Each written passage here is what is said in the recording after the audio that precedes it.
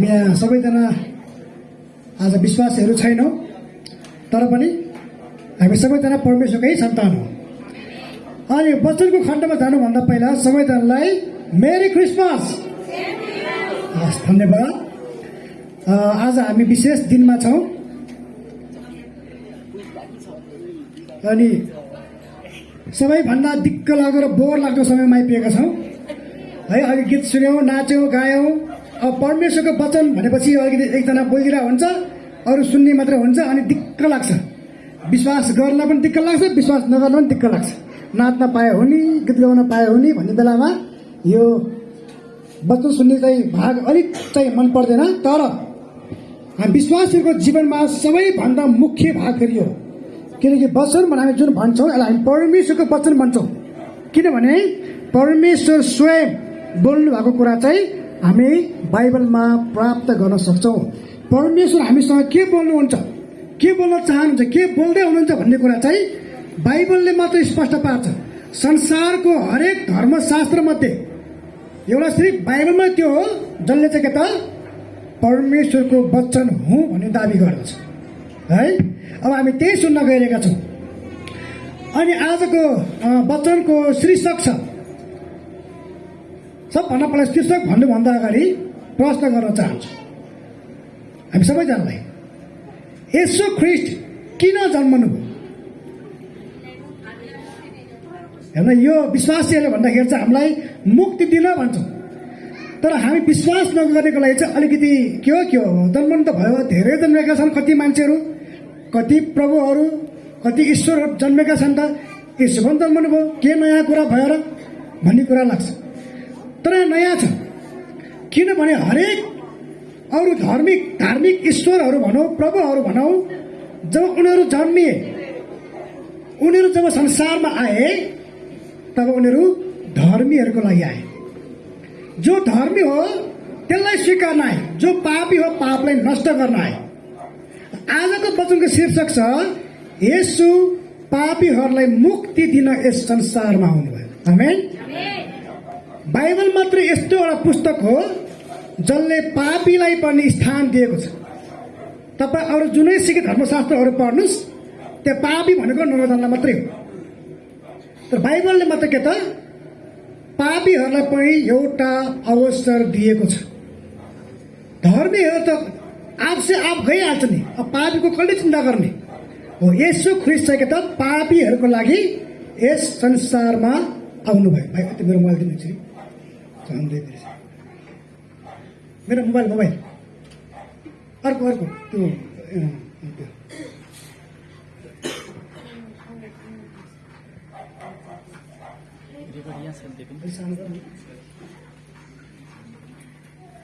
एकैछिन है।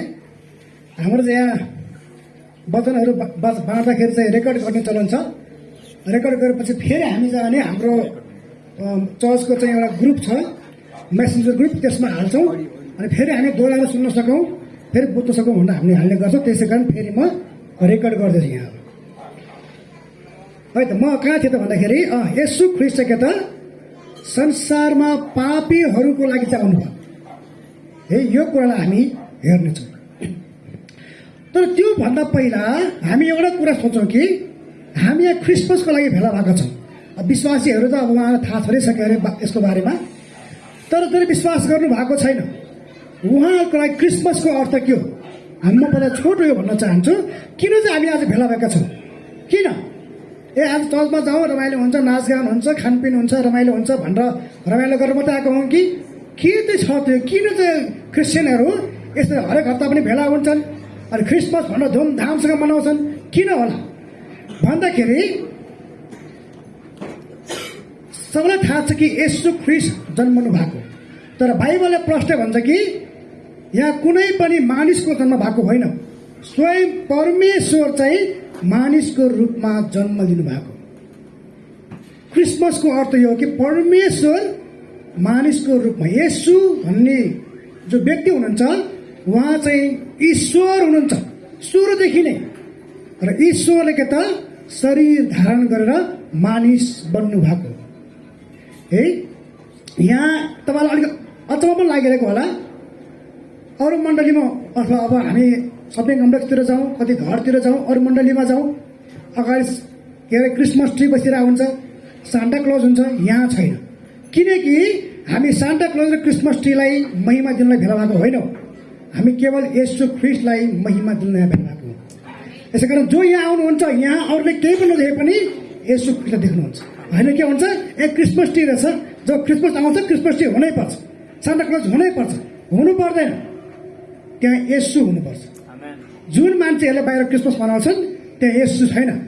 Shopping complex जानुहोस्, त्यहाँ सान्टा क्लज पनि छ, त्यहाँ क्रिसमस ट्री पनि छ, तर जो ख्रिस्टमस भनेको ख्रिस्ट येशू प्रभु त्यहाँ हुनुहुन्न। त्यो क्रिसमस होइन, क्रिसमस यो, किनकि सान्टा क्लज पनि छैन, क्रिसमस ट्री पनि छैन, तर यहाँ येशू ख्रिस्ट हुन्छ। उदाहरण लिऊँ, मेरो जन्मदिनमा तपाईँहरू भेला हुनुभयो, म छैन भने के हुन्छ? के भन्छ भन्दा खै जन्म जसको जन्मदिन त्यो मान्छे नै आएको छैन भन्नुहुन्छ नि त। हो, त्यहाँको क्रिसमस त्यस्तै हो। त्यहाँ जसको जन्मदिन हो त्यो जन्मदिनको व्यक्तिलाई टाढै जा, हामीलाई यस्तो चाहिँदैन, तर हामीलाई क्रिसमस ट्री चाहिन्छ, सान्टा क्लज चाहिन्छ। त्यो कस्तो खालको क्रिसमस हो? कसरी हामीले मनाएको जन्मदिन?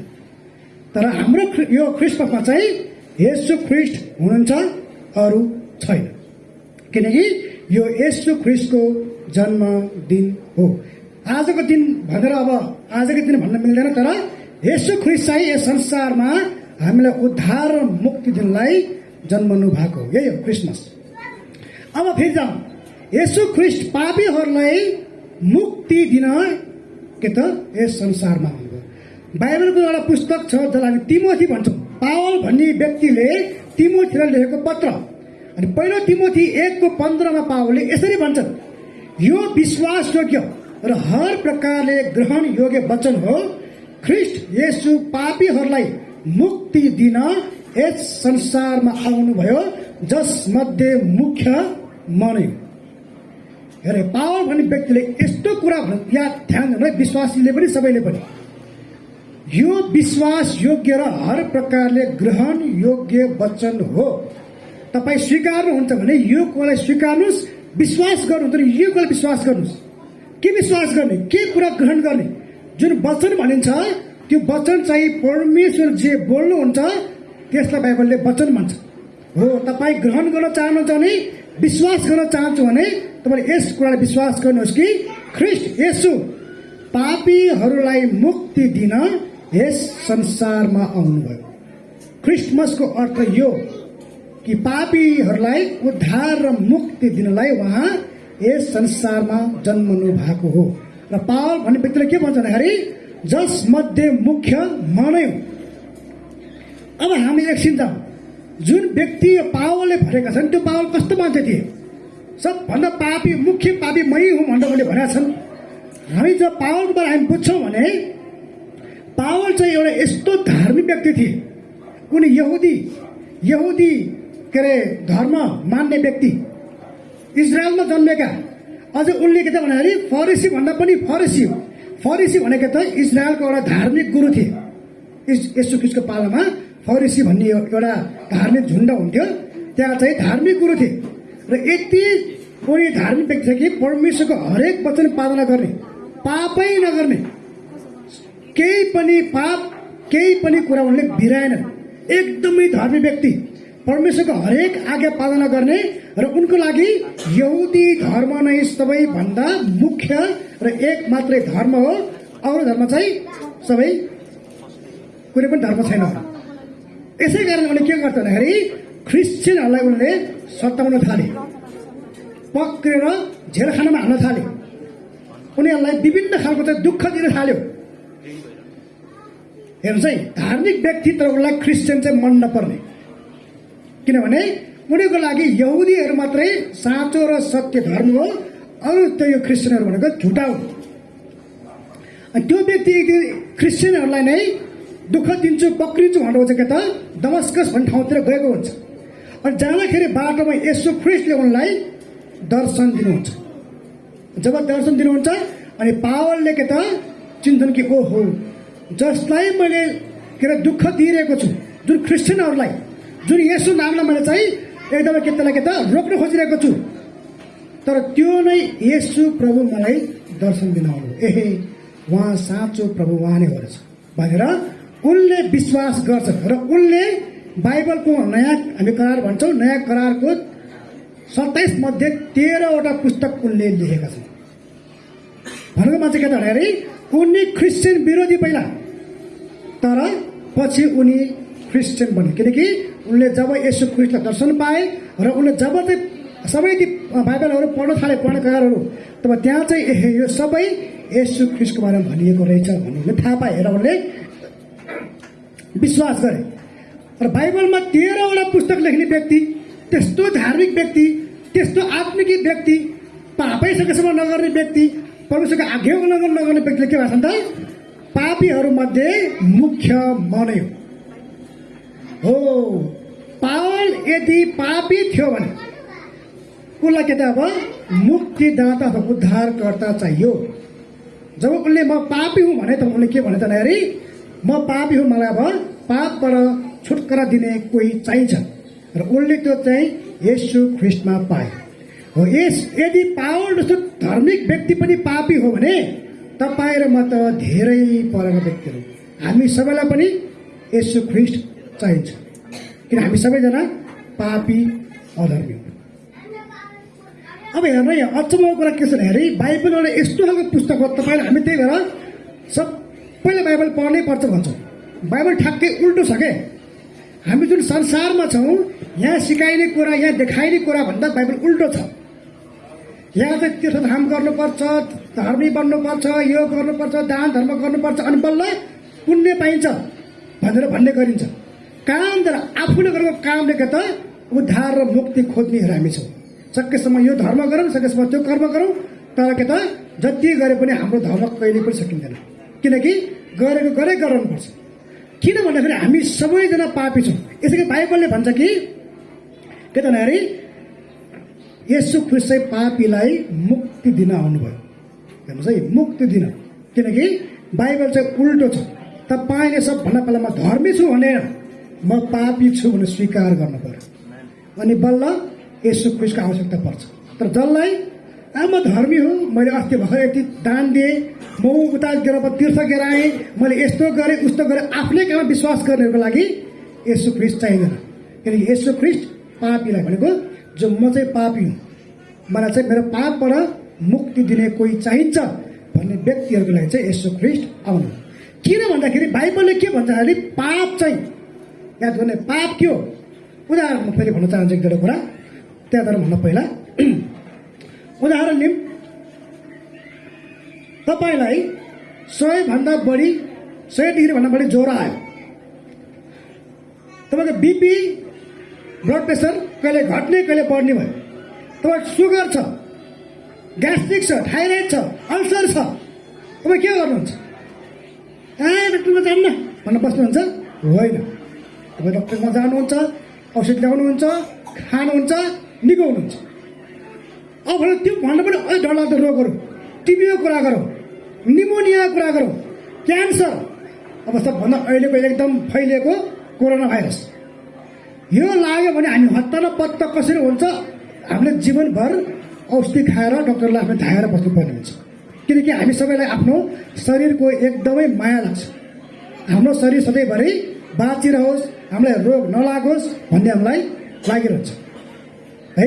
तर एउटा कुरा हामीले कहिले पनि ध्यान दिँदैनौँ, हामीलाई हाम्रो शरीरको यति धेरै माया छ जुन चाहिँ एकदम नष्ट हुन्छ। तर याद गर्नुहोस् त, तपाईँको आत्मा, हामीभित्र आत्मा हुन्छ हो, त्यो आत्मालाई बचाउन कहिले पनि हामी कोसिस गर्दैनौँ। किन भन्दाखेरि अघि मैले धेरै रोगको नाम लिएँ, त्योभन्दा एउटा महान रोग छ जुन अति डरलाग्दो छ, त्यो हो पाप। हेर्नुहोस् है, यसको बारेमा मान्छेले कहिले पनि सोच्दैन, किनकि हामी संसारमा छौँ, हामी संसारमा टिभी हेर्ने, फिल्म हेर्ने, रमाइलो गर्ने, यो गर्ने त्यो गर्ने, यही हाम्रो चाहिँ कि त जीवन बितेको छ।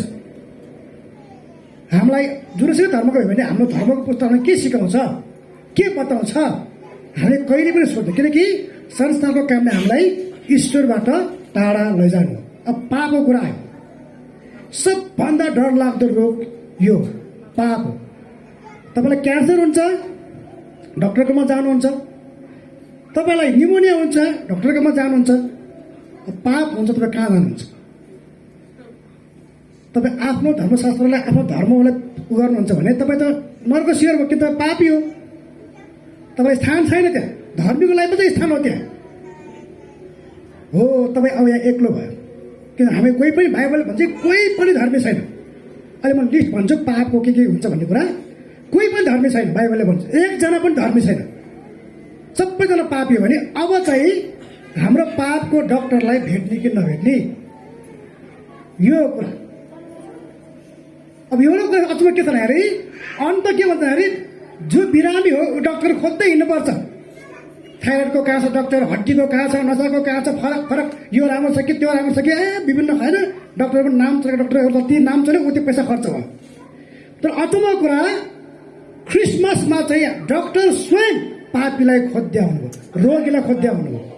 बाइबलले भन्छ हेर्नुहोस् लुका 5:31 र 32मा, लुका 5:31 र 32मा अनि येशूले जवाफ दिँदै तिनीहरूलाई भन्नुभयो, सुन्नुहोस्, निरोगीहरूलाई होइन तर रोगीहरूलाई डाक्टरको खाँचो पर्दछ।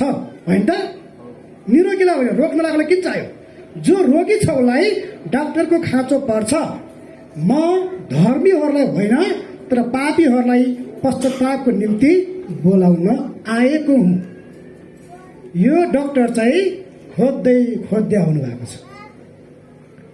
हेर्नुहोस् है, अब यहाँ के त एउटा कुरा चाहिँ गर्नुपर्छ भन्छ पापी पाएछु उद्धार भनेर फेरि पाप गर्दै हिँड्ने होइन। पापीहरूलाई पश्चातापको निम्ति बोलाउन आएको। पश्चातापको अर्थ आफ्नो पाप स्वीकार गरेर परमेश्वरको फर्कनु हो।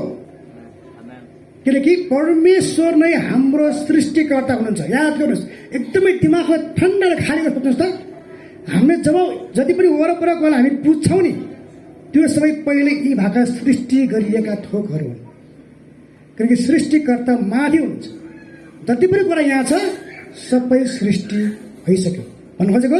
हामी सृष्टि गरिएका थोकलाई पुज्छौँ, सृष्टिकर्तालाई इन्कार गर्छौँ। हो त्यही कुरा चाहिँ बाइबलले यहाँ बताउँछ। हेर्नुहोस् है त, त्यही कुरा चाहिँ बाइबलले यहाँ प्रश्न गरी बताएको छ। मैले लेखिनै क्या यहाँ कहाँ राखेँ, यहाँ छ हेर्नुहोस् है। रोमी 1:26 र 27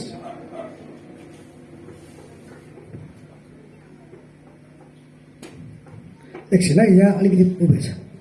रोमी 1 त एकै हो,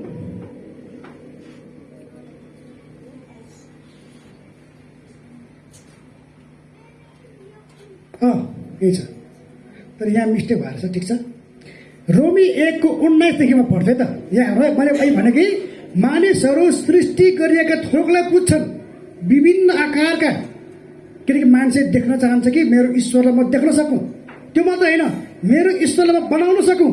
जुन मान्छे बनाएको मूर्तिहरू हुन्छ हामी त्यसलाई ईश्वर भनिरहेको हुन्छौँ। एउटा उदाहरण हुन्छ क्या, एउटा फेसबुकमा चाहिँ मैले फोटो हेरेको थिएँ।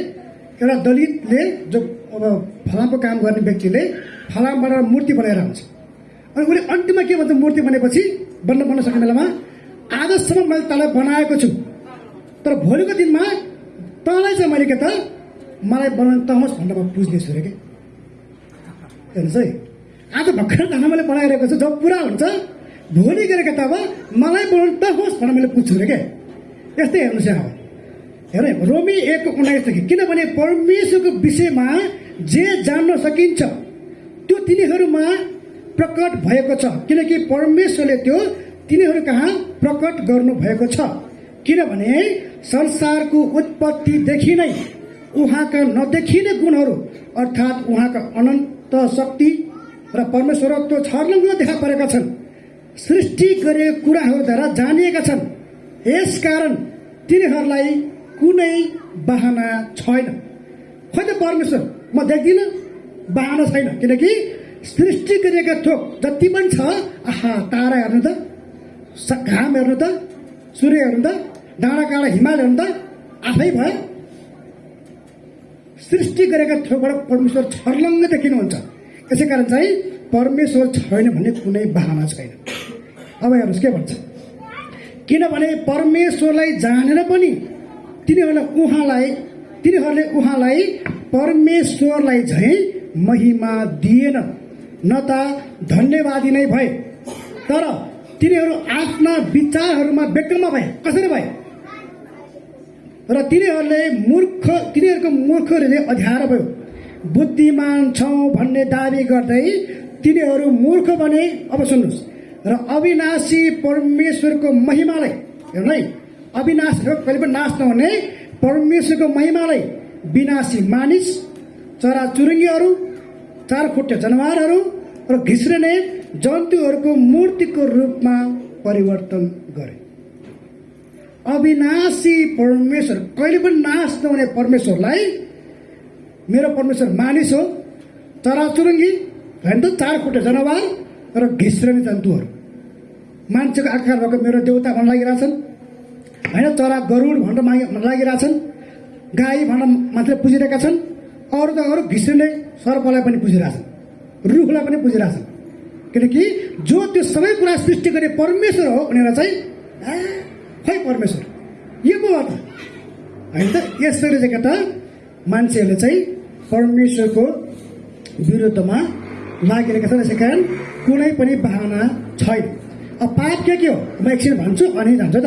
पाप रोमी 1:29-32 सबै प्रकारका अधर्म, व्यभिचार, दुष्टता, लोभ, शत्रुभावले भरिएकाहरू, डाहा, हत्या, झगडा, छल, दुष्ट विचारले भरिएकाहरू, कान फुक्नेहरू, निन्दा गर्नेहरू, परमेश्वरलाई घृणा गर्नेहरू, अनादर गर्नेहरू, घमण्डी, सेखीबाजीहरू, खराब कुरा जन्माउनेहरू, बाबु आमाको आज्ञा नमान्नेहरू, समझ नभएकाहरू, करार भङ्ग गर्नेहरू, स्वाभाविक माया नभएकाहरू, मेल गर्न नचाहनेहरू, दया नभएकाहरू। अब सुन्नुहोस्, यस्ता काम गर्नेहरू मृत्यु दण्ड पाउने योग्यका छन्।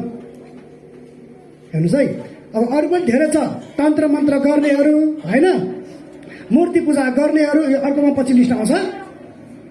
सबैजनाका त मृत्यु दण्ड। अहिले हामीले कसले देखाएको छ स्वर्ग, कसले देखाएको छ नर्क, एक दिन देख्नु हुनेछ। यसमा कुनै पनि शङ्का छैन। तर बाइबलले प्रश्न भन्छ कि यहाँ चाहिँ हामी होसियार हुनु पर्दछ। तर हेर्नुहोस् है, पापी त छन्, यसो यसरी आउनुभयो कि हेर्नुहोस्, रोमी 5:19 भन्छ, रोमी 5:19, किनकि जसरी एकजना मानिसले आज्ञा भङ्ग गरेकोले धेरैजना पापी बनिए, त्यसरी नै एकजनाले आज्ञा पालन गरेकोले धेरैजना धर्मी बनिए। यसको अर्थ सबै मानिसहरू आदम, एकजना मान्छे भनेको आदमको पापले गर्दाखेरि के त सबैजना पापी हरिए। तर एकजना मानिस जो येशू ख्रिस्ट हुनुहुन्छ, उहाँ जन्मनु भयो, उहाँले कहिल्यै पाप गर्नु भएन। संसारमा सबैभन्दा धर्मी व्यक्ति येशू ख्रिस्ट मात्रै हुनुहुन्छ। होइन भने तपाईँले विभिन्न धर्मशास्त्रहरू पल्टाएर हेर्नुहोस्, विभिन्न देवताहरू ईश्वरको तपाईँले कहानी पढ्नुहोस्, सबैले केही न केही पाप गरेकै छ। म नाम दिन चाहन्न, हामीले पहिला त्यही बुझ्थ्यौँ। तर येशूको बारेमा तपाईँले पढ्नुहोस्, उहाँले कहिल्यै पाप गर्नु भएन हो। उहाँलाई विश्वास गर्नु भने के हो त भन्दाखेरि उहाँको धार्मिकता हामीमा सर्नु। हामी पापी त छौँ, पाप त गर्छौँ। यसो क्रिस्चियनहरू चाहिँ धर्मी हुन् भन्नु खोजेको होइन, पाप गर्छन्। तर के त हाम्रो पाप चाहिँ येशू ख्रिस्टले बोकेर क्रुसमा मर्नुभयो, यत्तिकै मर्नु भएको होइन। किनकि हाम्रो पाप, उहाँ जन्मनु पनि मर्नु पनि विभिन्न सबै कुराहरू धेरै वर्ष, हजारौँ वर्ष अगाडि पहिले भविष्यवाणी भइसकेको थियो। उहाँ त्यही भविष्यवाणीलाई पुरा गर्न आउनु भएको, यत्तिकै आउनु भएको होइन। अनि के त उहाँको रगतले चाहिँ के त अब हामी धोइएका छौँ। अस्ति मैले यहाँ वचन बालेको थिएँ कि हामी जब पाप गर्छौँ, हामी भित्र यस्तो एउटा कुराले वास गर्छ कि जसले चाहिँ हामीलाई एकदम अशुद्ध बनाउँछ।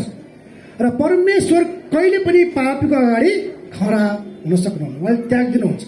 यसै कारण चाहिँ अगाडि नर्मदारी भनेको कि परमेश्वर र पापसँग कहिले हुनै सक्दैन, कहिले पनि।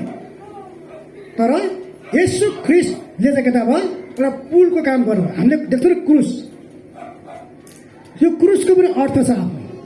यसले के त तल र माथि, मानिस र परमेश्वरको सम्बन्धलाई जोड्ने काम गर्छ। जुन ठाडो हुन्छ त्यसले, जुन तेर्सो हुन्छ त्यसले मानिसको सम्बन्धलाई जोड्ने काम गर्छ। आज हामीले तपाईँलाई यहाँ बोलाएका छौँ किनकि हामी बाइबलले भन्छ कि सबैलाई प्रेम गर, त्यति मात्र होइन आफ्नो शत्रुलाई आफैलाई चाहिँ प्रेम गर भनेको हामी सबैलाई प्रेम बाँड्ने व्यक्तिहरू हौँ है। यसै कारण हामी सबैजना पापी छौँ है। यहाँ अब बाइबलमा धेरै छ, लुका 2:11 पनि एकजना मुक्तिदाता जन्मनु भएको छ।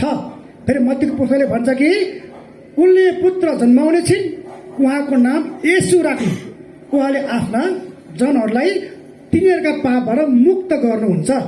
हेर्नु है, जब येशू ख्रिस्टको जन्म भयो नि, यहाँ कुनै पनि बुवा थिएन हो। मरियम भन्ने व्यक्तिको चाहिँ केटा स्त्रीको चाहिँ जोसुफ भने योसुफ भने चाहिँ एउटा केटासँग चाहिँ मगनी भएको थियो। मगनीलाई के भन्छ अरे इन्गेजमेन्ट भएको थियो, तर विवाह भएको थिएन। तर पवित्र आत्मा परमेश्वरले के त मरियमको कोखमा आएर चाहिँ येशू ख्रिस्ट जन्मनु भएको, कुनै पनि मानिसको सम्बन्धले होइन है। कन्या कहिले पनि एउटा सम्बन्ध नभएको व्यक्ति एउटा स्त्रीले चाहिँ येशू ख्रिस्टलाई जन्म, यो पनि अचम्मको एउटा घटना हामी देख्न सक्छौँ। यो बारेमा के त बाइबलमा लगभग 700 वर्ष अगाडि नै भविष्यवाणी भइसकेको थियो। यशायाको पुस्तकमा 7:14 हेर एउटी कन्या गर्भवती हुने छिन् र तिनले एउटा छोरा जन्माउने छिन् र उसको नाम इम्मानुएल राख्ने छिन्। लगभग 700 वर्ष अगाडि नै भइसकेको छ। अब उहाँ परमेश्वर हुनुहुन्छ भन्ने कुराहरूको वचन चाहिँ धेरै छ है। अब फिलिपीको पुस्तक पढ्ने भने फिलिपी 2:5 पढ्ने हो भने परमेश्वरकै स्वरूपमा हुनुभएकोले उहाँले परमेश्वरको बराबरी हुने कुरा लुटको माल सम्झनु भएन। उहाँ परमेश्वर हुनुहुन्थ्यो। उदाहरण लिउँ न, कतिले भन्नुहुन्छ कि येशू ख्रिस्टले किन म परमेश्वर भन्नु भएन भन्छ। म यहाँ छु, ए सुन्नुहोस् है, म त मान्छे हो है भन्नुपर्छ। म मान्छे हो, उहाँ ईश्वर हुनुहुन्छ, तर यहाँ उहाँ संसारमा चाहिँ के त मानिसको रूपमा आउनुभयो। यहाँ के भनेको छ, उहाँले आफूलाई रित्तो पार्नुभयो भनेको परमेश्वरत्व उहाँको जुन थियो त्यसलाई त्यागेर उहाँसँग परमेश्वर त थिएन भन्नु खोजेको कि स्वर्ग त्यागेर उहाँ आउनुभयो। दासको रूप धारण गरेर मानिसको समानतामा आउनुभयो। मानिस भएको रूपमा प्रकट भएर आफैलाई नम्र तुल्याउनु भयो। मानिसको रूपमा दास भएर भनेको अर्थ के हो? दास भएर आउनुभयो। किन भनेको? किनकि मालिक उहाँ नै हुनुहुन्छ। मालिक स्वयं दास भएर आउनुभयो। किन भन्दाखेरि एउटा राजाले चाहिँ के त भन्दाखेरि म मेरो प्रजाको दुःख बुझ्छु, कति दुःख पाएका छन् हेर, बिचरा खाना पाएका छैनन्, यो पुगेको छैन, त्यो पुगेको छैन, उसले भन्छ भने उसले बुझेको छैन। किनकि कहिले पनि राजा चाहिँ त्यो मान्छेको अगाडि आएर जिएको हुँदैन हो। स्वयं परमेश्वर पनि मानिस भएर किन आउनु पर्यो भन्दाखेरि दुःख के हो, समस्या के हो, परीक्षा के हो, भोग के हो, निन्द्रा के हो, सबै कुरा येशू ख्रिस्टलाई थाहा छ। किनकि उहाँ मानिस भएर हामी जस्तै गरी उहाँ जिउन आउनुभयो। अब हाम्रो दुःख, कष्ट, पीडा, पाप हरेक कुरा उहाँले मात्रै बुझ्न सक्नुहुन्छ, किनकि उहाँले सबै कुरा भोगिसक्नु भएको छ। कलसी 1:15 भन्छ उहाँ परमेश्वरको प्रतिरूप हुनुहुन्छ। एक्चुअली प्रभुको चेलाले के भन्नुहुन्छ भन्दाखेरि प्रभु हामीलाई पिता देखाइदिनुहोस्। त प्रभु येशूले के भन्नुहुन्छ, यतिका दिनसम्म म तिमीहरूसँग छु र पनि तिमीहरू मलाई चिन्दैनौ, किनकि उहाँ नै परमेश्वर हुनुहुन्छ। अन्तिममा अब धेरै कुरा आज त भन्न जाउँ होइन, अब यहाँ धेरै बोल्न मन लाग्छ। अन्तिममा निष्कर्षमा संसारमा जन्मिने हरेक मानिस पापी हो। यो नस्वीकारेसम्म हामीले हाम्रो पापको रोगको डक्टरलाई कहिले पनि चिन्न सक्दैनौँ, भेट्न पनि सक्दैनौँ। र यो रोगलाई निको पार्न सक्ने औषधि र क्षमता केवल येशू प्रभुमा मात्रै छ। र एउटा अन्तिम कुरा, पापले हामीलाई अनन्त नरक अथवा मृत्युतिर लान्छ, अनन्तको मृत्यु। तर येशू ख्रिस्टले हामीलाई अनन्तको जीवनतिर लान्छ। बाइबलले दुईवटा कुरा गर्छ, अनन्त मृत्यु भनेको नरक अनन्तको छ, त्यो कहिले पनि नष्ट हुँदैन। अर्को अनन्त जीवन भनेको स्वर्ग अनन्तको छ, त्यहाँ कहिले अनन्त हुँदैन। कि चाहिँ अनन्तसम्म चाहिँ जलिराख कि अनन्तको जीवन पाऊ। अन्तिममा यूहन्ना 5:24 भन्छ साँचो साँचो म तिमीहरूलाई भन्दछु, जसले मेरो वचन सुन्छ र मलाई पठाउनु हुनेमाथि विश्वास गर्छ उसँग अनन्त जीवन छ। अब सुन्नुहोस्, र ऊ न्यायमा पर्ने छैन, तर ऊ मृत्युबाट जीवनमा सरिसकेको हुन्छ। जसले यसो ख्रिस्ट विश्वास गर्छ नि, ऊ मृत्युबाट जीवनमा भनेको पापलाई उहाँले पापबाट हामी के त अब धार्मिकतातिर, नरकदेखि हामी स्वर्गतिर, शैतानदेखि हामी परमेश्वरतिर हामी जान्छौँ। अब एउटा फेरि प्रश्नबारे म अन्त्य गर्न चाहन्छु कि हामी जस्तै यसो ख्रिस्ट विश्वास गरेका छैनौँ, के हामी उहाँलाई विश्वास गर्न तयार छौँ, अथवा के हामी आफ्नो पाप स्वीकार गर्न तयार छौँ, अथवा हाम्रो पापको रोगको डक्टरलाई भेट्न तयार छौँ भने तपाईँलाई फेरि पनि हामी आउने हप्ताहरूमा हाम्रो मण्डलीमा तपाईँलाई हामी स्वागत गर्न तयार छौँ। अब अन्तिममा फेरि पहिलेको वचनको खण्ड 1 तिमोथी 1:15, यो विश्वासयोग्य र हर प्रकारले ग्रहण योग्य वचन हो। ख्रिस्ट येशू पापीहरूलाई मुक्ति दिन यस संसारमा आउनुभयो, जसमध्ये मुख्य म नै हो। आउनुहोस् हामी प्रार्थना गर्नेछौँ। धन्यवाद छ हे पिता, हे परमेश्वर, जो जीवित, जो सत्य, जो सामर्थ्य, एक मात्रै महिमा अनि प्रशंसा, हाम्रो आदर र भक्तिका योग्यका हुनुहुन्छ। तपाईँ परमेश्वर हाम्रो खातिर संसारमा तपाईँले आफ्नो एक मात्र पुत्र पठाउनु भयो, येशू ख्रिस्टलाई। आज हाम्रो पाप उहाँले उठाएर जानुभयो। उहाँ मात्र एक मात्र धर्मी हुनुहुन्छ, पाप रहित, निष्कलङ्क, निष्खोट उहाँ नै हुनुहुन्छ। र आज उहाँकै त्यो निष्कलङ्क जीवनद्वारा आज हामीले पनि उद्धार र मुक्ति पाएका छौँ। उहाँको रगतले धोएर हाम्रा सिन्दुरे रङका पापहरू आज हिउँ जस्तै सेता भएका छन्। आज हामी पापी र अधर्मीहरू आज हामी धर्मी कहलाएका छौँ। आज हामी नर्कका भागीदारहरू आज हामी स्वर्ग जाने भएका छौँ। र हामी शैतानका सन्तान थियौँ, तर आज हामी परमेश्वरका सन्तान बनेका छौँ। धन्यवाद तपाईँलाई प्रभु। यी प्रार्थना गर्न चाहन्छु, हामी जति हामी आज यहाँ छौँ, हामी सबैको जीवनमा तपाईँले आशिष दिनुहोस्। हामी विश्वासीहरूलाई आत्मिक भौतिक सबै रूपमा आशिष दिनुहोस्। र जो विश्वासी हुनुहुन्छ उहाँले पनि विशेष गरी आफ्नो पाप स्वीकारेर यसो ख्रिस्ट उहाँ आउन सक्नुभएको होस्। र विशेष गरी उहाँको पनि व्यक्तिगत, पारिवारिक, आर्थिक, भौतिक, शारीरिक सबै कुरामा तपाईँले प्रशस्त गरी आशिष खन्याउनुहोस्। तपाईँलाई महिमा होस्, प्रशंसा तपाईँलाई नै। बाँकी रहेको रहल भाग सबै जति पनि कुराहरू छन् ती सबै कुरा तपाईँकै हातमा राख्छौँ। हामी आजको यो जन्मोत्सवमा खुसी भएर आनन्द भएर रमाउँदै नाच्दै गाउँदै आज हामी तपाईँलाई महिमा दिन सकौँ। बाँकी रहेको सबै भाग आशिषमय हुन सकोस्। बिन्ती अनि प्रार्थना जीवित, सत्य अनि सामर्थ्य, शक्तिशाली हाम्रा मुक्तिदाता उद्धारकर्ता येशू ख्रिस्टको उच्च, पवित्र अनि शक्तिशाली नाममा आमेन। जय मसीह। नमस्ते। यहाँलाई फेरि पनि मेरी क्रिसमस।